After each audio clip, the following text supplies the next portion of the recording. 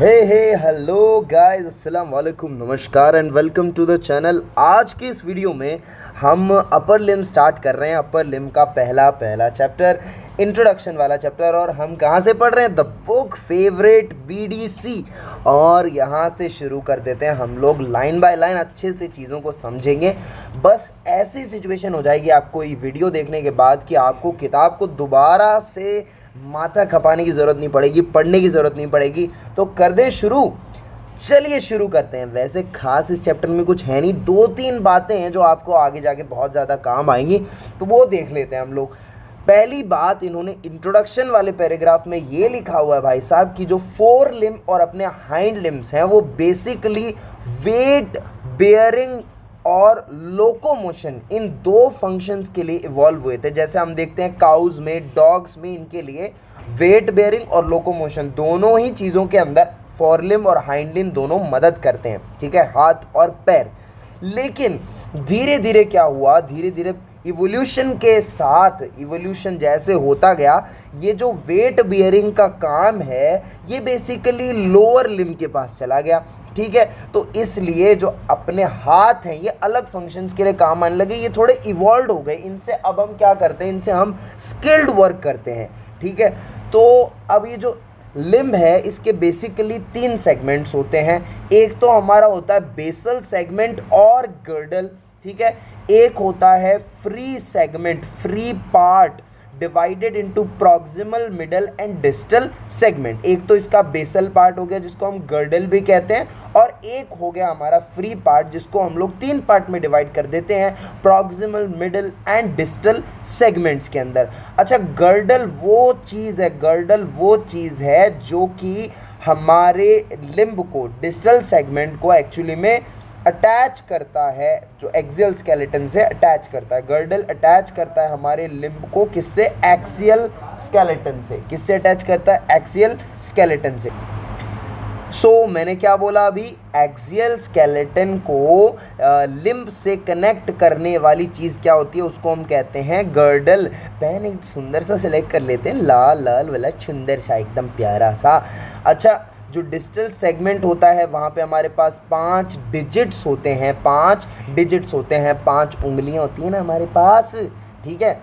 और एक चीज़ आप याद रखना, जो हमारा फोर लिम है और हाइंड लिम है, मतलब जो हमारे पैर हैं और हाथ हैं, उनमें कुछ होमोलोगस पार्ट होते हैं। There are homologous parts of upper and the lower limb, जो कि हमने यहाँ लिखे हुए हैं। जैसे आप बात करो शोल्डर गर्डल, जो कि हमारे हाथों को, जो मतलब एक्सियल स्केलेटन होता है उससे कनेक्ट करता है, that is our shoulder girdle, ठीक है, जो कि हमारे लिम्ब को, अपर लिम्ब को कनेक्ट करता है, किससे? एक्सियल स्केलेटन से। वैसे ही पैरों में हिप गर्डल होता है, शोल्डर जॉइंट, वैसे ही हिप जॉइंट होता है।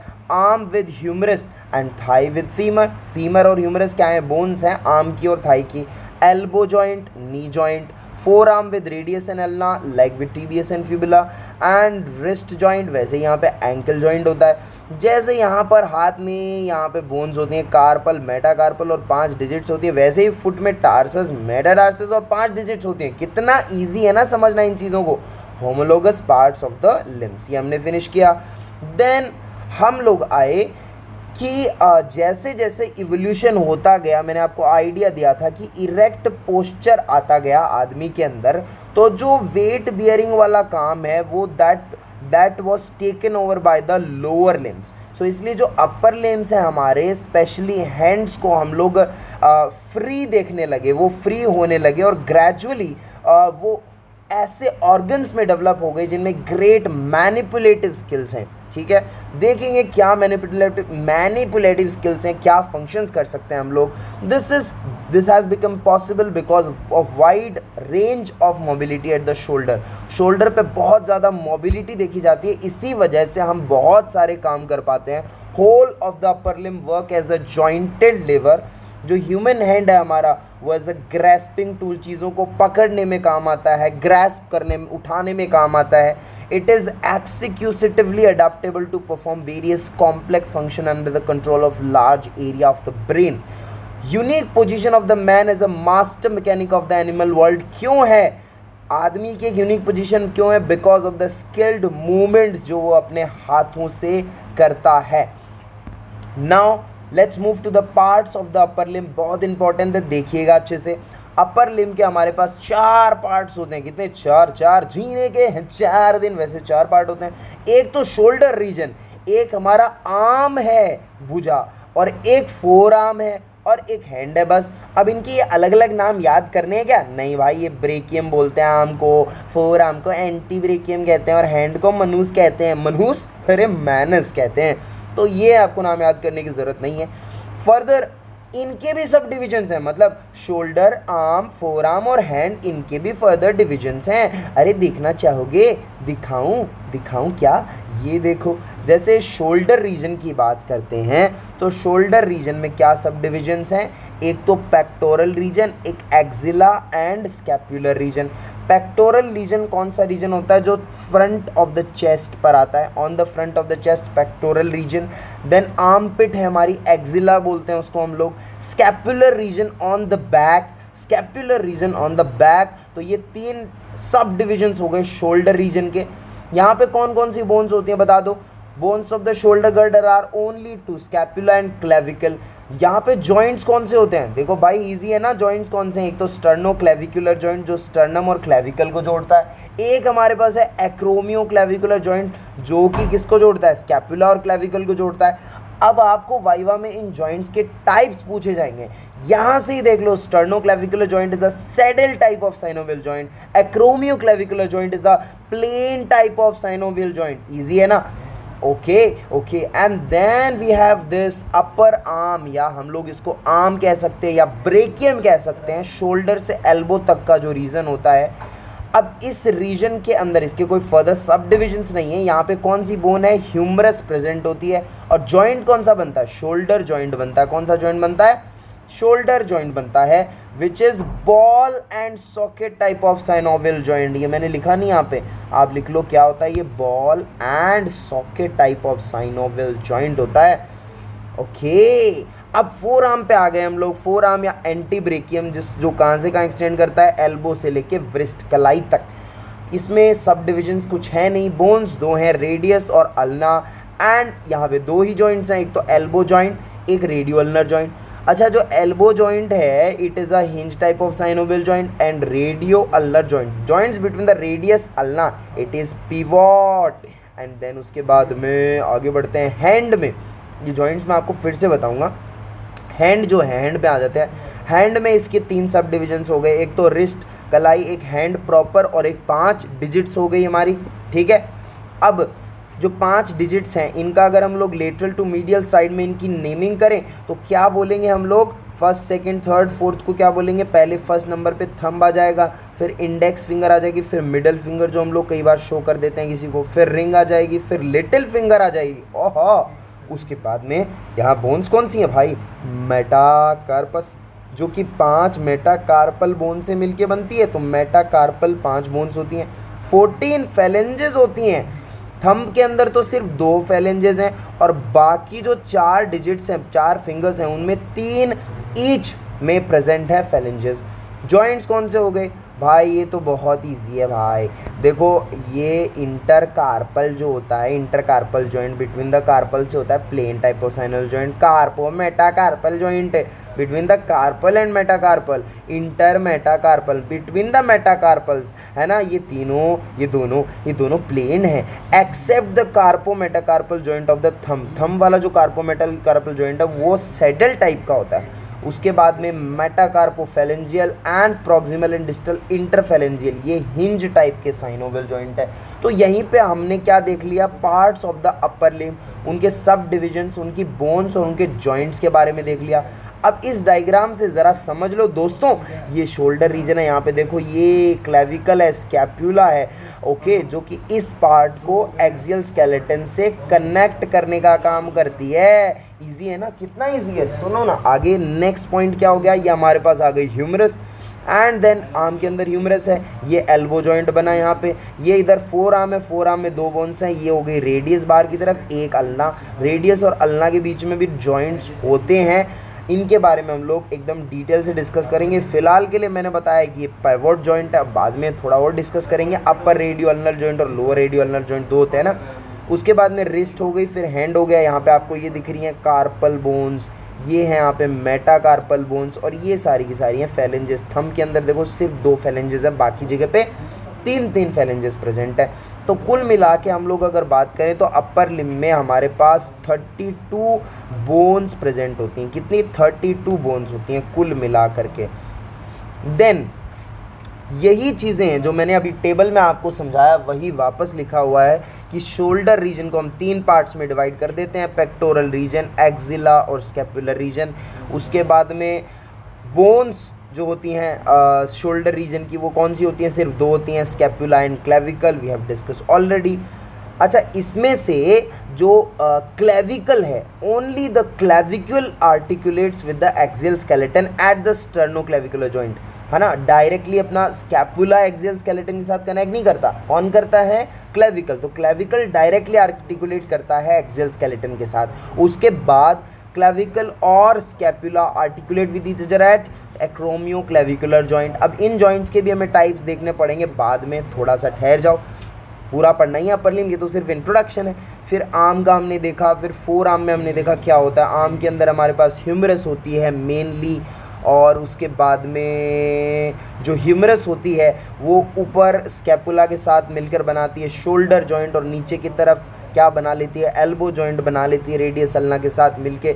और हम लोग बात करें फोर आर्म के अंदर अपर एंड पे एल्बो जॉइंट बन जाता है, और लोअर एंड पर कार्पल बोन्स के साथ रिस्ट जॉइंट बन जाता है। तो we have discussed that कि bones of the forearm are the radius and ulna, and their upper end they meet the lower end of the humerus and form the elbow joint, ठीक है। upper end of the radius and ulna मिलके क्या बनाता है? देखो ये दिख रहा है ना, upper end of the radius ulna lower end of the humerus साथ मिलके elbow joint बना रहा है, और इसका lower end क्या बना रहा है? wrist joint बना रहा है। सिर्फ wrist joint के फॉर्मेशन में याद रखना हमारे पास रेडियस इन्वॉल्व होती है। अब बात करते हैं जो एल्बो जॉइंट होता है, ये फोर आर्म के मूवमेंट के लिए रिस्पॉन्सिबल होता है, और ये मूवमेंट कौन कौन से हैं यहीं पे याद कर लो।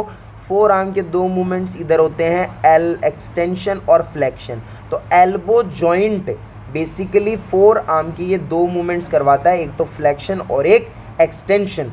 और जो रेडियो अल्नल जॉइंट है वो एक्चुअली में पर रोटेटरी मूवमेंट्स को परमिट करते हैं। और रोटेटरी मूवमेंट्स कौन से? एक तो प्रोनेशन और एक सुपिनेशन।